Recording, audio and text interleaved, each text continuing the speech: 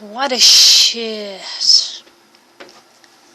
Vigid wet his own jet-black curls and glanced at his reflection in the mirror over the sink. He smiled at it wearily, and smiled back without a jot more enthusiasm. Vigid scoffed. He was tired. Oh, what a dick! Don't they teach it at school that you gotta respect your elders? Well, anyway, Bord doesn't seem to give a shit. Never did. Vigid washed his face over a few times, splashing the warm water all over himself. Nothing mattered now. They had another couple of days off. The show was over for tonight, thankfully. Funny, the more I look up to that bastard, the more he pranks me. He seems to always know. Whatever. He never loved me anyway. Not that I care. Looking up isn't loving yet, or is it? He strutted out of the bathroom, but his shoulders dropped on the way, and he stooped comfortably. He needed rest desperately. He didn't even understand why he suddenly got so sensitive, maybe out of tiredness. But now he was almost angry at Bord constantly pranking him and getting away himself. Need to get revenge, he thought, entering their room to grab a couple things he had left on the table. It was easy to say, but coming up with the master prank was easier for the little one, Vigid could tell. Little evil shit. Little evil mastermind. Seething evil out of its angelic blue eyes, don't you worry. Brother knows better. He sniffed angrily, crumpling the useless papers and throwing them to the trash can. He missed, and had to go and pick all up. That night, worn out and frustrated after having too much show, he was ready to blame Bord for his every hang-up. He's probably laughing now, he thought, leaning down to pick up the papers. Laughing with choler. I'll let him celebrate. He headed back to the table. Well, no worries. In just a little time, hopefully, I'll be able to rest a while, and without this ankle-biter, hopefully. Younger brothers are such a pain in the ass. You love them, you care about them, you give them kicks under the table so that they behave and people aren't ashamed of them. And what do you get in return? Nothing, but…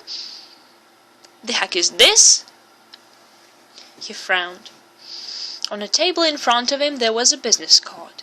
Just another business card, nothing special, one would think.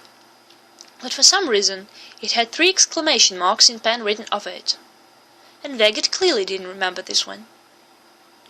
Well, like he himself ever remembered any.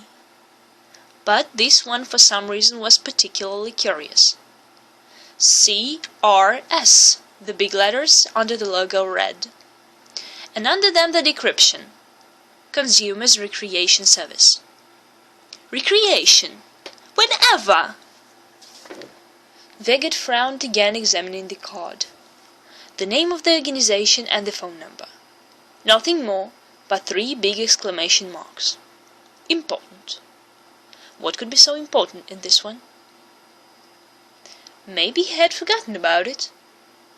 Maybe he had had some urgent business to do with this card and just forgot. Oh well, with their schedules everything was possible. Vigid shrugged. A call wouldn't hurt. Maybe I still have that urgent business. Or maybe it's Bord's, which would be even better. I could maybe come up with a prank. Why not? He was already dialing the number. Bord was so relieved he almost started singing some old song to himself. He was exhausted, but another successful prank made him childishly happy. Pranks always refreshed him. It was good to ground the big brother. Bord knew he would always be forgiven, and kept on having fun. After all, they were adult people, and the big brother could just relax once in a while, and stop being the kind one, the polite one, stop being more musical and prettier. Bord would never tell anybody, but he was jealous of Vigid's skills. What a bastard! Beside the room he was heading for, he heard Vigid's voice. He was talking alone, probably on the phone. The door was half opened, and Bord could hear every word. "Oh yes, I'm Vigard Ylvisåker. I just found your business card, and I wonder if we've had any business before. It's marked as urgent. Could you help?" A little pause. Bord raised his eyebrows. "What in the whole wide world is he plotting?" He came up to the door and leaned onto the wall casually, pulling out his phone and pretending to check his messages. In fact, his ears were pricked up. Oh, really? Oh, then I'm awfully sorry." There was another pause. Perhaps on the other side they didn't want to let Vigard go. When he spoke again, he sounded a little worried. What kind of recreation, excuse me?" Bord tilted his head. "Oh yes,